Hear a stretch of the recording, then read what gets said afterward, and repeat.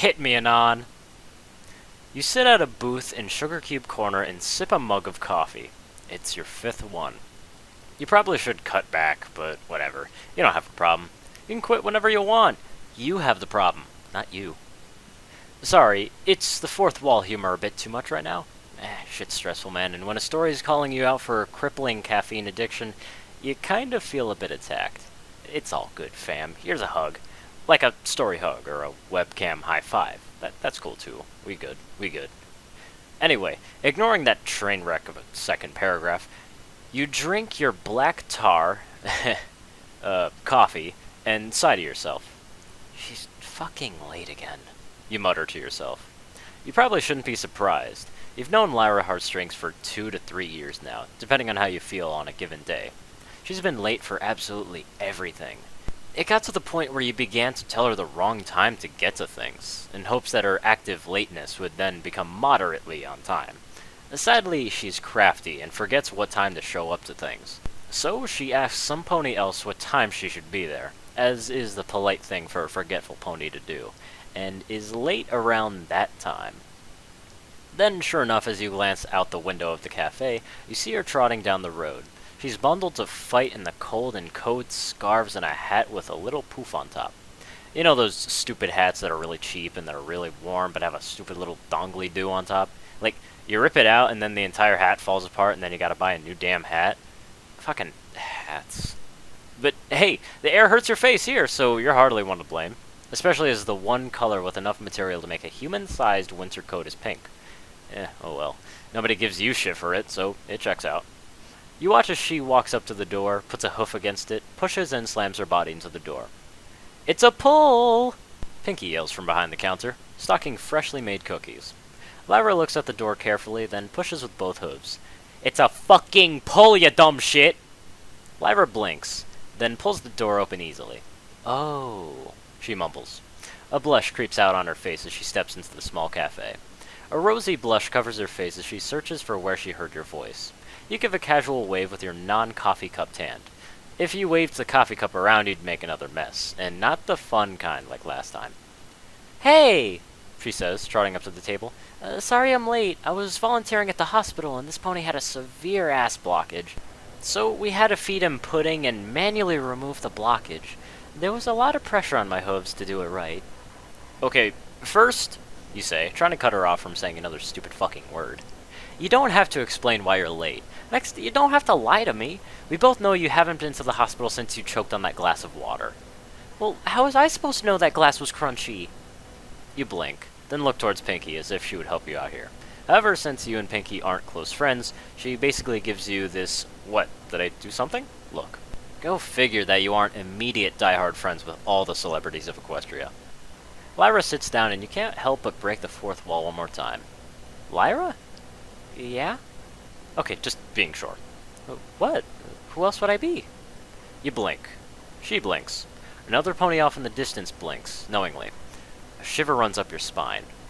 Anyway, you asked me to meet you here, and you're an hour late, so what do you want? You ask. Lyra takes off her dorky hat and gives you a pouty lip.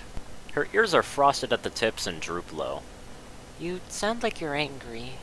You're an hour late. I don't like when you're late to things. Do you have absolutely anything else to do with your life? She asked pointedly. First of all, how dare you? You replied flatly. Second, I could be taking a massive shit. This sort of abusive exchange wasn't unusual for you and Lyra.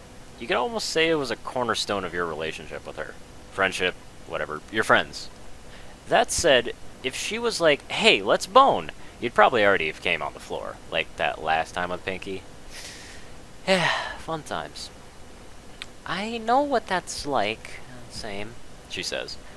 So anyway, brass tacks, I want you to hit me. Penis activated. Request does not compute. Boner unleashed as precaution. Okay, what? You ask. I want you to hit me. Like, really beat the shit out of me. You blink. Okay, so, like, if we're gonna do that thing when I really get turned on and then there's some big twist that makes me uncomfortable and you say some sort of pun, then I'm fucking out. Because this is borderlining on making a joke like domestic abuse things, and I'm not about that. Can you calm your dick for like 8 seconds? 7 seconds. Deal.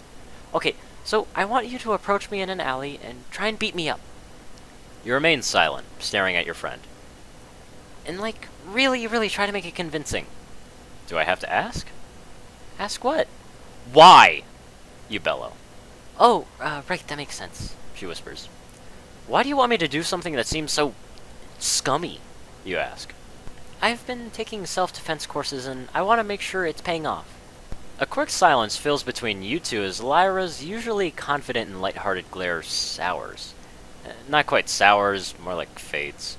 Her eyes move downward to the table. Her hooves fold onto the table as well, and her posture crumbles. Something happened a few months ago, she whispers. Oh shit, you whisper. And suddenly you feel like an asshole. I was in Canterlot for a quick trip to see a friend and, well, I was cornered. I yelled fire and somebody scared the stallion off, but still, it... Hey, you say, reaching a hand out and placing it on her hooves. You don't have to talk about it if you don't want to. A smile briefly creeps onto her lips, then fades. It's just, she murmurs.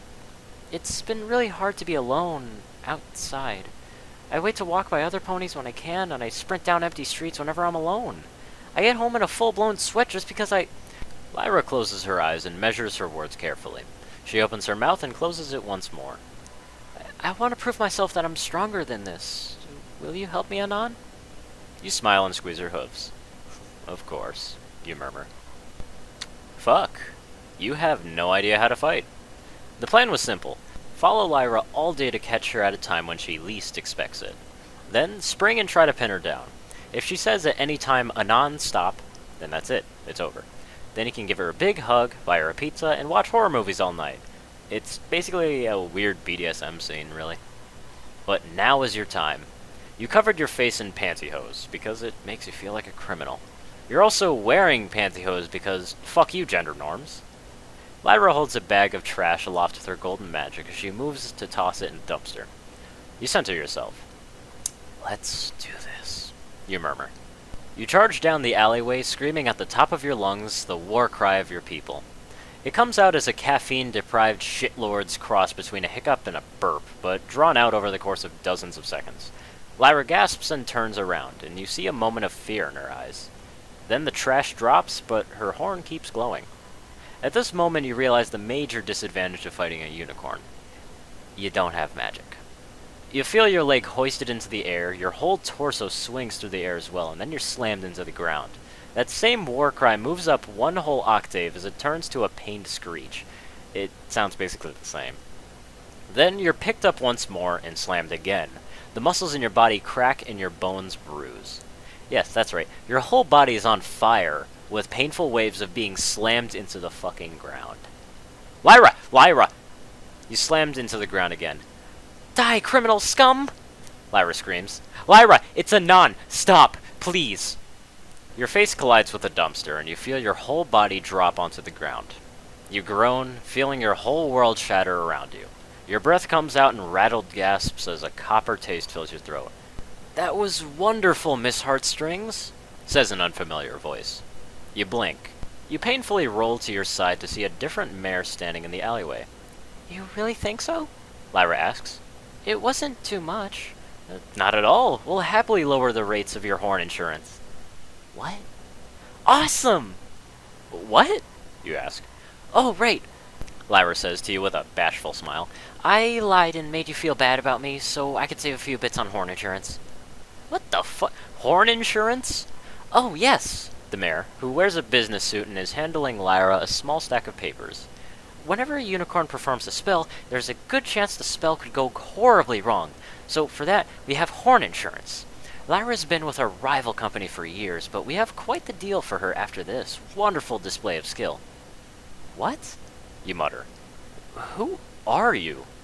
My name is Flo Ryder. I'm from the General Unicorns Youth Contract Organization, and this sale will make me Employee of the Month.